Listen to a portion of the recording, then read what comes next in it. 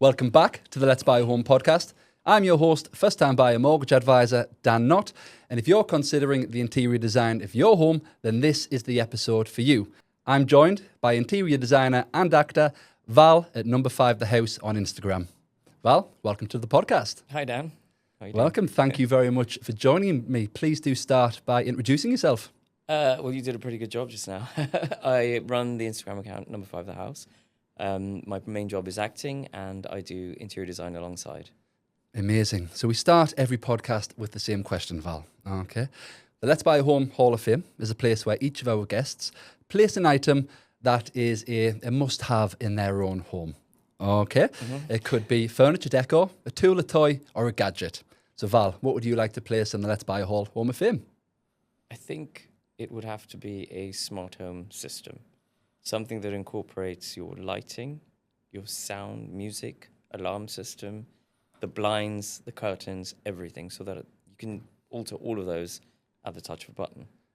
Amazing. I can absolutely relate because my partner is always asking for such things to be added to the house, things that I often don't understand, but she seems to. So yeah, great answer. So Val, where did your relationship with interior design start? I think that may have started from a very early age. Acting has always been my passion. And this kind of, when I first bought the house, I got more into it 13 years ago. Actually, it may have even started with my first apartment about 23 years ago.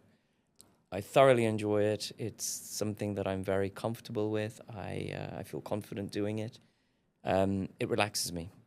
When lockdown happened, I couldn't act. There was no opportunity for acting. All the sets were shut. All the productions were shut. So I started doing up my own house on my own, just DIY stuff, learning how to wallpaper, paint, all that kind of stuff, and started the Instagram account. That took off, and I think that's where the passion continued to grow. And ever since then, I've been doing houses either on-site or remotely. I've done a template for a string of cafes in Lisbon, all remotely, and an apartment in Switzerland, again remotely through lockdown. But I think, yeah, the passion's just grown. Amazing.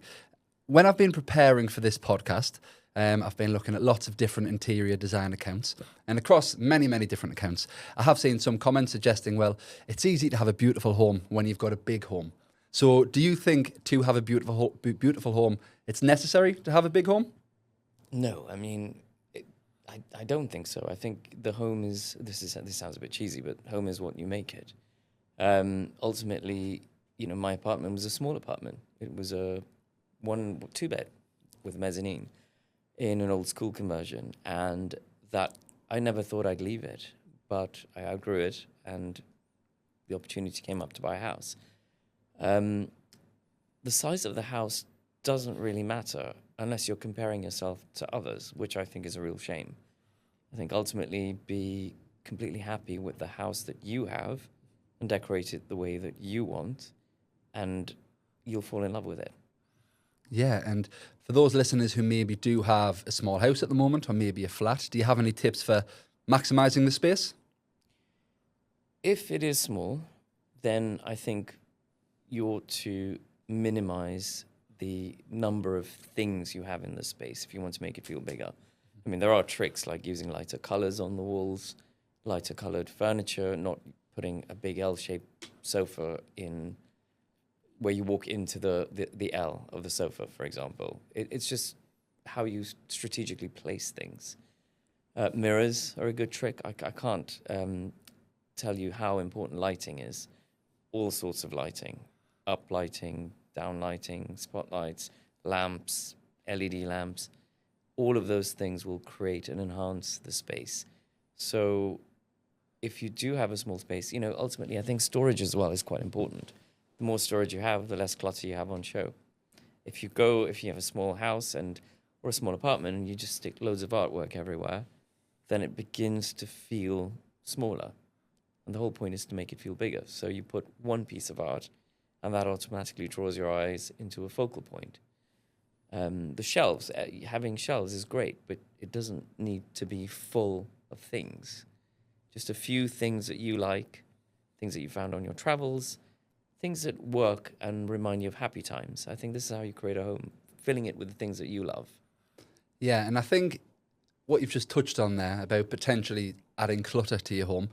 I've been sharing a home with my partner now. We've been living together for 6 years, and we've got a nice home, I like to think. It looks nice when it's tidy anyway, when the kids haven't made a mess of the place. But a little bit of a debate that we do have is sometimes I feel like we've got too many things, and it's sort of killing a space is a term that I would use. Is that a mistake that you think people, it's a common mistake? I go into a lot of homes and I see a lot of things, and automatically it makes me feel anxious. I mean, not really anxious, but I just think, geez, you can't see anything in this space because it's just so full of things. And I've got a one in, one out policy. If I buy something, something else has to go. It also restricts me from buying more things. It's about balance. You don't need to have a lot of things. Yes, they may all be beautiful, but find other places for them. They don't all have to be in the living room, for example. Find somewhere else. Maybe the bathroom can have one of your nice pieces. It's like art. I really love art, but I've run out of space to put art on the walls. There are spaces along the hallway walls, etc., but I won't do it because it'll just start making the whole house feel really busy, smaller. Yeah, I think that one in, one out rule, I'll probably trim that clip and I'll be sending that one on to my partner, as I think it's a one that we certainly could use. Okay, so let's imagine we have a listener who is buying their first home. Let's imagine it's a new build, a blank canvas. How can they begin to add their own personality to a property? To make it your own home, new build, new apartment, ultimately you want to add the things that you love, like I've said before, but things like bespoke joinery in alcoves add warmer touch to the place. It makes it your own. Depending on the how modern the place is, crystal doors gives that industrial vibe. It could add some warmth, some cool factor to make it yours. If it's a little bit more on a period side, I know it's a new build, but it's leaning towards period features. Molding in the ceiling, molding. So molding in the ceiling is another touch that will add some warmth and personality. Things like paneling on the walls. These slatted panels that we have here behind us work really well in new builds. I'm not a huge fan of putting period paneling in new builds. It depends on the space. And with period paneling, I like to see it flow throughout the house. I just think it fits better in a Victorian house, Georgian house, a period home. Yeah. The trick, the keys in the title, period paneling, for me. I think if you add things like lots of texture, layer it with rugs, cushions, throws on the end of a sofa, these all add lots of personality to the space. I would also say don't match everything. So it doesn't have to all be, neutral sofas, for example. Add a bit of one sofa, one texture, one color. Find 2 armchairs in a similar shade, but not identical, and a different fabric. Just to add that bit of richness and interest to the room. Cushions, they don't all have to match as well. I'm not a huge fan of color, as you've probably gathered on my Instagram page. But I would always add muted colors, rust, emerald green, those sort of colors. Yeah. You mentioned the word floor there, and I've seen that's something that you have mentioned on your Instagram page. What do you mean by floor, and how do you create a floor in a home? So the flow, I'm very big on flow. And, now the trend is let's not open up our spaces anymore. Well, it's too late. I've opened mine up and I love it and I'm not going to change that. And I don't follow trends anyway. But I wanted to create a flow. I always find Victorian houses can be a little bit narrow and a little bit dark, especially with all these different rooms that they have. And in terms of flow, I have put a lot of things in place to draw your eyes in as soon as you enter the door. I start with the color of the door, for example. The color of the door indicates the neutral vibe of my house. As you walk in, there's paneling in a direction that flows throughout all the rooms. I've opened up the reception area so that the reception and the living spaces are one space. And again, the paneling flows through that room. So as you walk down the hallway, your eyes are drawn through automatically. I've also used wood flooring throughout, bespoke engineered wood flooring.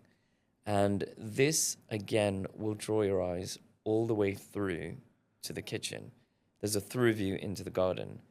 And I've taken it that one step further with composite decking that also matches the flooring inside. It's such a good match that I've had people go outside to touch it to see what kind of floor it is.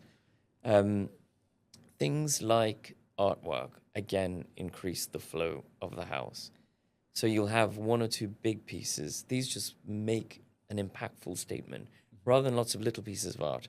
You know, gallery walls look amazing, but I'm not a fan of gallery walls because it's just busy. I think they look great in very big spaces, big grand homes.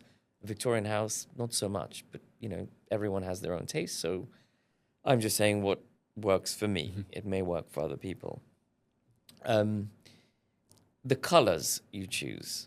You go to a lot of houses and you see a break in the color. So this is the dark room and this is the lighter room. I've chosen a palette of colors. Mine is mostly whites. Apparently that's boring, but it works for me.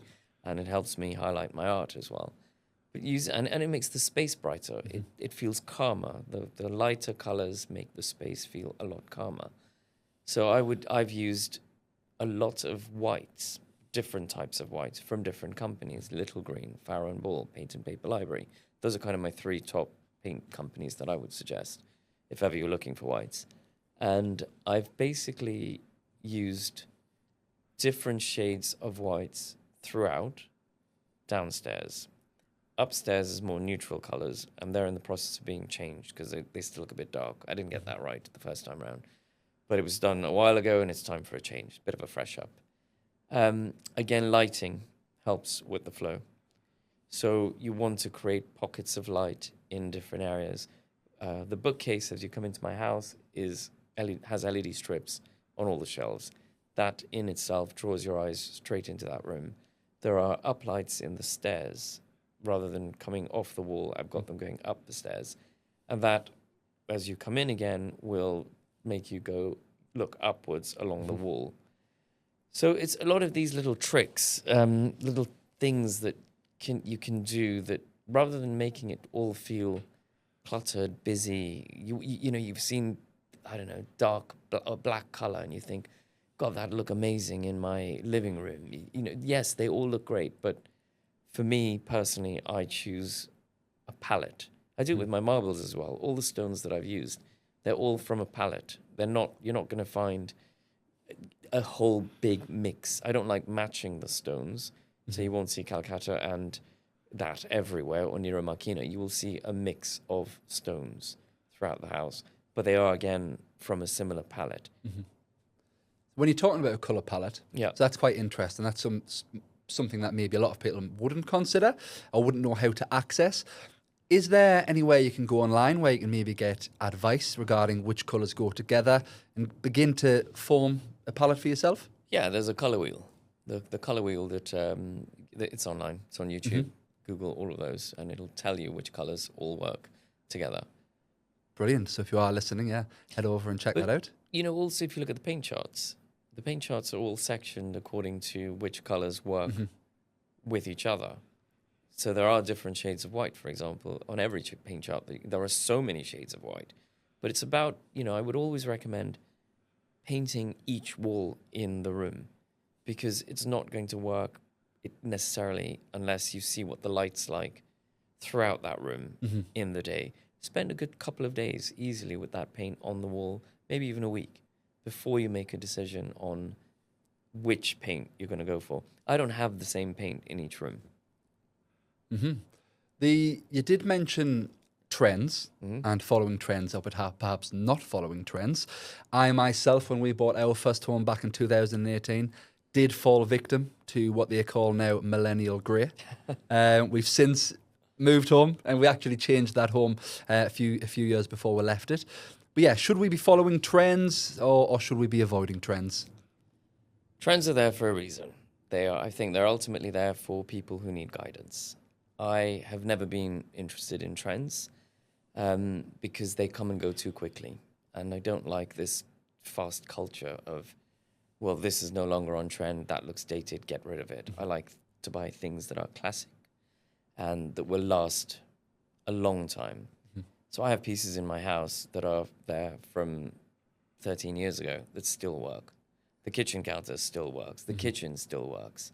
You know, it's all about oaks now in your kitchen. Well, I've still got a laminate kitchen, and it's a champagne color, and it still works. It's just a muted color. I'm not, as I mentioned, not a big fan of trends. Millennial grey is something I did 23 years ago before it was a trend. Yeah. And I love it, and I loved it then. But when I bought this house, I did go down the grey route. I had the grey rug, the grey sofa. I still have the grey sofa because it's a dark grey. It's like a what's it called? A woolly, not a woolly. It's just a textured grey sofa, and it works because as a contrast to the rest of the neutrals in the space. I have been on a mission to get rid of everything grey, anything that's grey in the house, because it's flooded the high street. But for the last 5 years, I've been going back to being more on the neutral scale, and now the high street's flooded with neutrals. But, you know, it's not going to last very long because already they're banging on about red, which I will definitely not be adding to my house. So, I don't know, does that answer the question? Of course it does. Maybe moving away from trends, but in taking inspiration. So for myself, as I've mentioned, I'm not really the guy who's too clued up on interiors. I can look at a room and tell you whether I think it's nice, but I wouldn't necessarily know how to piece it together. Now, I use social media massively in terms of paint colours, as you've mentioned. You can search a paint colour on Instagram, and you can see lots of people who've tagged that paint colour, and you can see how it's being used in different properties. The same thing with furniture. You can do the same thing. Is social media a tool that you would recommend in terms of getting inspiration, or maybe identifying how it is you could use a piece of furniture? Yeah, absolutely. 100%. Instagram, House, and Pinterest are great sources of inspiration for me. And magazines, of course, but I would always recommend going on Instagram and those others, Pinterest and House, and just having a look and getting ideas for things. You know, you want to create a media wall, just type in media wall, and lots come up, and it'll give you a really good idea of a huge collection of ways that you can create a media wall. Yeah, I think we're quite fortunate in this day and age that we've got that ability to make those searches online, whether it is Instagram, Pinterest, or TikTok. We're not limited to necessarily a set of magazines anymore. The magazines are still there, but we can maybe see items in action in real homes and see how it looks every day. Maybe when I'm following an account like yours, I'm not just seeing one image of it, I'm seeing you post content of the house every day. So yeah, I think that's something that we're very much lucky to have. You have mentioned making changes to your property and perhaps doing things and then regretting it and maybe making a change. Do we have to be realistic in creating the perfect home first time? Is that realistic? Unless you're some expert, then I think, yeah, why not? But I think realistically, everyone's style changes over time. We all evolve. We're evolving as humans. We see things that we like and we think, okay, that doesn't work for me anymore. I had a pair of lamps that were in the house for about, 10 years. And then 3 years ago, I thought, I don't like these lamps anymore. 2 floor lamps. They just didn't work with the vibe I wanted for the house. So I finally got rid of them and bought some new ones. But, I didn't get rid of them. I gave them to someone. They don't just get thrown out. I like to make sure that things have a house, a home to go to. So in terms of getting it right the first time, don't worry about it. We will all make mistakes and we learn from those. There's a lot of pressure to get it right the first time. But I think, unless it's a really expensive thing, like your kitchen counter or your kitchen, then don't stress about it. Yeah, I think maybe a lot of that pressure or the idea of pressure maybe stems from People are perhaps spending more time than ever in the homes as well. The role of the home is changing at the moment, with more people working from home, perhaps more people spending time at home because the world outside may be perceived as more dangerous or more expensive.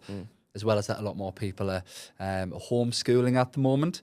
Are you seeing sort of the role of the home changing in people's lives, and is that something that would have any impact on the design of a home? Most certainly. I think you've basically just said, yes, absolutely, I agree. I mean, people want gyms, they want spas, they want a steam room, a sauna, all of these sort of things in their houses. A kids' play area, and people who live in much bigger houses with bigger gardens want even more. A bar, a swimming pool, a hot tub, all of these sorts of things. Yes, because people, I think this lockdown did this to us. We've learned to be at home more and create spaces that we feel comfortable in. And I don't know if that's sort of a knock-on effect that's still there. Maybe people are still apprehensive about embracing too much life outside of their houses, so they create the most comfortable space at home. I follow a number of accounts who, some still haven't got on a plane yet, which to me is just, I don't know, I love travel. Or there's this trend at the moment where everyone's saying somebody's asking them to go out and they'd rather be at home. That's some viral trend that's going around at the moment. And there are lots of people highlighting how much they prefer sitting on the sofa with their pet or their partner watching TV. And that's great. So yes, I do think people will continue to invest more in their homes to make it more comfortable and a safe haven. Yeah, and with people spending more time in their home, we're well aware that your home can impact your mood, can't it? Whether it is the interior design, what the home looks like, or whether it is clutter in the property, and how things like that can impact stress. Is it important to you, or you think it is important? It should be important to other people to consider their home and how much that can impact mood? Yes, because it's exactly what you said. The way you decorate it will affect your mood. Color, for example, can affect your mood. Red is known to energize you, but too much of it will cause anxiety. It gives me anxiety. So I think you will find you want sofas that are comfortable. They don't just look good. You want to snuggle up and just fall asleep on your sofa. You want your bed to make you feel better. You don't want to wake up with aches and pains anymore. And there are all these different types of beds that are designed specifically for enhancing your sleep and the way your spine's aligned, for example. The smart lighting system, the smart home system that I mentioned, there's all the stuff that mimics natural light so that you don't have SAD in the winter. So ultimately, I think we want homes that make us feel better. We want to come home from the mess of outside and just literally be happy, unwind, relax, smile. You want to wake up in the morning, come down and just be grateful and think, I live here. I love living here. I think that's where we're all going. Yeah. Myself and my partner love hosting in our home. We love having our friends round, whether a couple of weeks ago we had all of our friends round in the garden with a nice fire pit and a few drinks, and whether it's round for a night watching some form of sport on the telly. We love hosting, and we love the idea of having a welcoming home where people know that they can visit. Do you have any tips for creating a warm or welcoming home? A warm, welcoming home. I think it would start with, that is something that I promote a lot and that is something I get a lot on my Instagram. I even made a reel about it. Your home is so warm and welcoming. I think it comes from the vibe you create. There isn't anything specific, but it's the cohesiveness of everything. The colors you choose, the flooring, the artwork, the all the little details. Photos, not lots of photos, but family photos, or a memento from your wedding that's on display. Just things that are personal to you that you want to share with people, rather than curating a home with literally you've seen, I don't know, some marble blocks on someone's Instagram page and it's gone viral. So you're going to run down and get those marble blocks as well. I don't know why everyone wants to follow this cookie cutter style of decorating. But for me, it's all about you're on your travels and you find, I don't know, a jug. It doesn't have to be on display, but it's there in the cupboard. So when guests are there, you bring it out and you fill it with water and you're using that. Just something that's a bit different, something that's you. The scent of your house is important. For me, the minute before guests come round, I will have the candles burning for at least an hour or two, so the scent permeates throughout. The scent that you use, ultimately, the minute you come in that door, someone will comment, God, it smells amazing in here. And even if it's a cooking smell, that will also make it feel welcoming. I have a no shoes policy at home, and I think that may help with it being a bit more relaxed. So people know they can put their feet up on the sofa, walk wherever they want, go wherever they want. I encourage my friends, they all know this, when I'm hosting, I'm not going to be a waiter. So if you want some wine, just help yourself. If it finishes, get a bottle. I'm not precious about stuff like that. I would like them to help themselves. So I think those sort of things, you again, all the lighting that you use, the little, the candles, if it's the winter, then it's even cozier, right? Because you've got the fireplace. You said you had a fire pit. Well, that automatically will make it feel warm and cozy. Mm-hmm. You don't want everything to just look like, don't touch that, no, don't go there. Allow it to be a touch sensitive kind of space, something that people will want to touch. People want to pick up and look at things. People want to smell. People want to ask you. Diffuser sticks, for example. Where did you get that scent from? I think the rugs as well. Having lots of rugs, don't go crazy on the rugs, but they also give a sense of warmth to a space. I have all this warm wood everywhere, but the rugs will make the space feel warmer and more welcoming right away. Yeah, I think just to go back to when you mentioned perhaps a jug that you pick up when you're traveling and you bring that home, I think it all boils down to sort of items coming with a story. And I think that can have a great impact on a home. So give you an example, the house that I've bought used to be my grandparents' house. Huh. So all of our family grew up there. My dad's bedroom when he was a child is now my daughter's bedroom. And I think what I love about it is there's still things in the house and the garden that have been there for years and there's stories attached to them. And that all adds sort of personality to what the home is. And yes, we have items that look beautiful and maybe they're aesthetic. But as well as that, we also have items of which have got stories attached and can open up a conversation. And yeah, I think that's something really important. I agree, 100%. Amazing. So when on the subject of welcoming guests, how important is that initial impact when they walk into the hallway? How important do you feel the hallway is in a home? Well, I think it starts at the beginning, the front garden. So if there are any leaves in my front garden, they get swept away. I mean, there's hardly ever any leaves there. But it starts with the front door. That will get cleaned as well right away. And because it's the first thing they see. So it should be right. It should look right, your front entrance. Then when you open the door, you're there welcoming guests in and they come through. Again, it's a Victorian hallway, so you can't really have two people standing side by side, as you know. But how important is it? 110. Like, it's massively important, your hallway. When I go into a hallway and I see all the coats and the shoes and the bicycles and all of these sorts of things, I just wonder, why do you can put those away for the night when you're entertaining. It's not difficult. I appreciate people need functioning hallways. I'm lucky that I have a door to a cellar. It's not any sort of amazing cellar. It's just literally the size of the hallway. But behind the door, I can put my coats and the guests' coats, my friends' coats. But you will not find clutter in my hallway, ever. Even if there's been a delivery that day, it will go straight down to the hallway. So again, you want to draw people into your home. And if it's full of all these things, you've lost that impact until they go through and they see your main space, the living reception, all of those sorts of spaces. But yes, I do think it's very important.